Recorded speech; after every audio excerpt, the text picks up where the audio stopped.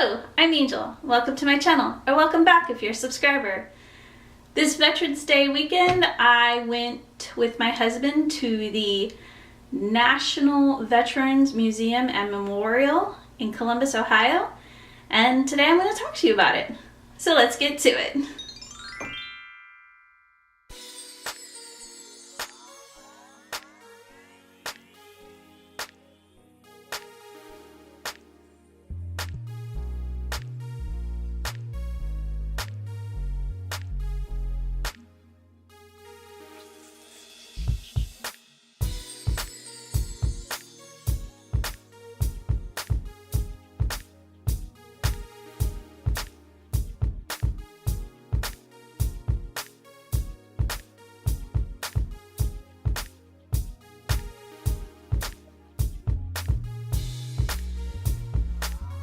What I liked is the inclusion of women in the conversation.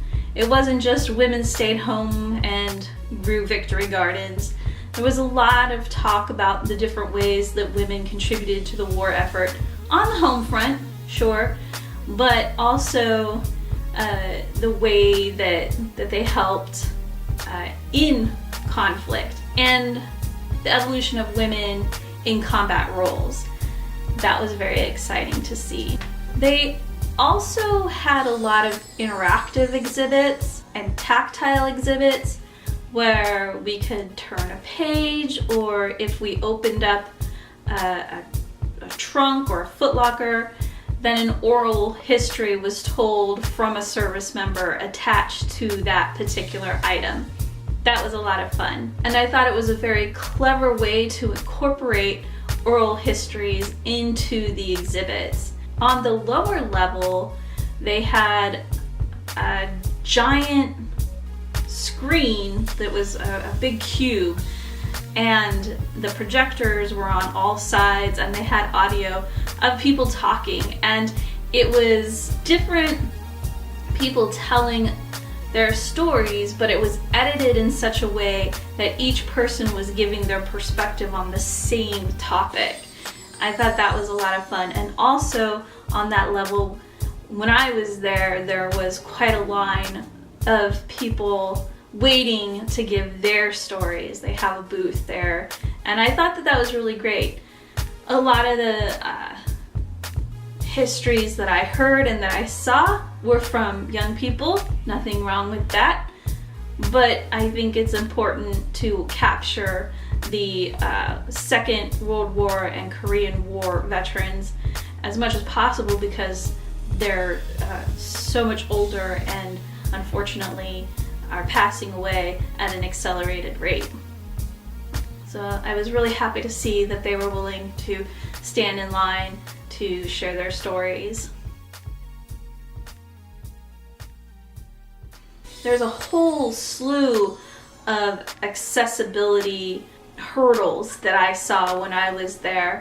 The museum was built obviously to comply with ADA, but it was not built in a way that was accessible really. I think that there's a notion that someone is either going to be in a wheelchair or motorized device, or they're going to be walking.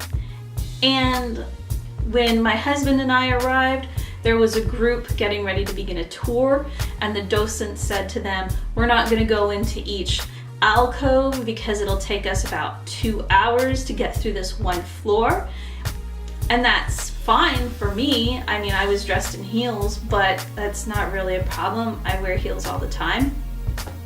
But for someone who is perhaps in a walker, the availability of seating would be great, because maybe someone can walk or can walk with the assistance of a walker, but maybe only for half an hour or shorter.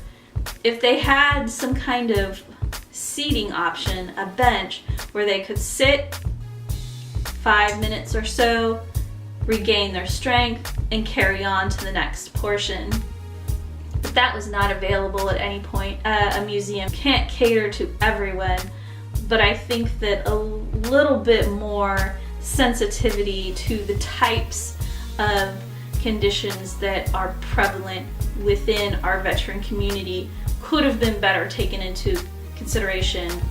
One of the things that I thought was a neat idea, but it looked like an afterthought, was on the 3rd floor. It's like a mezzanine, and they have a lot of windows that face outwards, so they get a lot of light in, and the windows were made to look like campaign ribbons. Here is the World War I victory ribbon.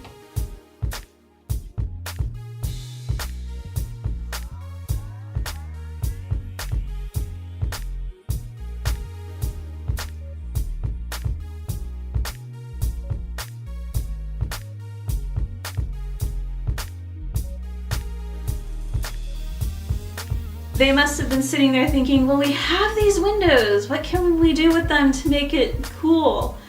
And this is what they did. And I'm not saying that it's a bad idea. I think it could have been executed better. Veterans are free. Parking for veterans is free. Active duty members, there is a graduated scale based on rank. For my husband, it was $15.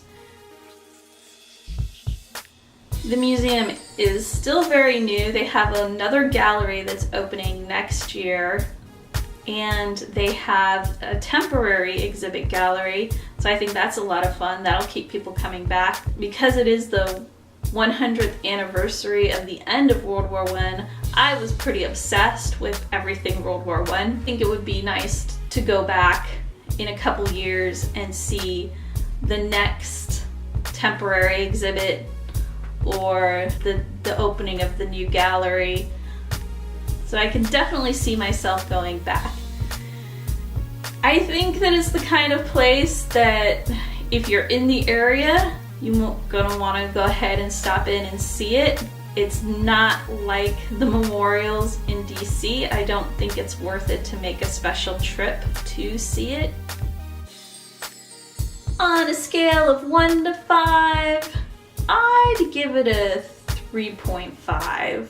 If you have visited the museum, leave a comment in the comment section below. I want to know what you thought about it. I'll see you next time. Bye-bye.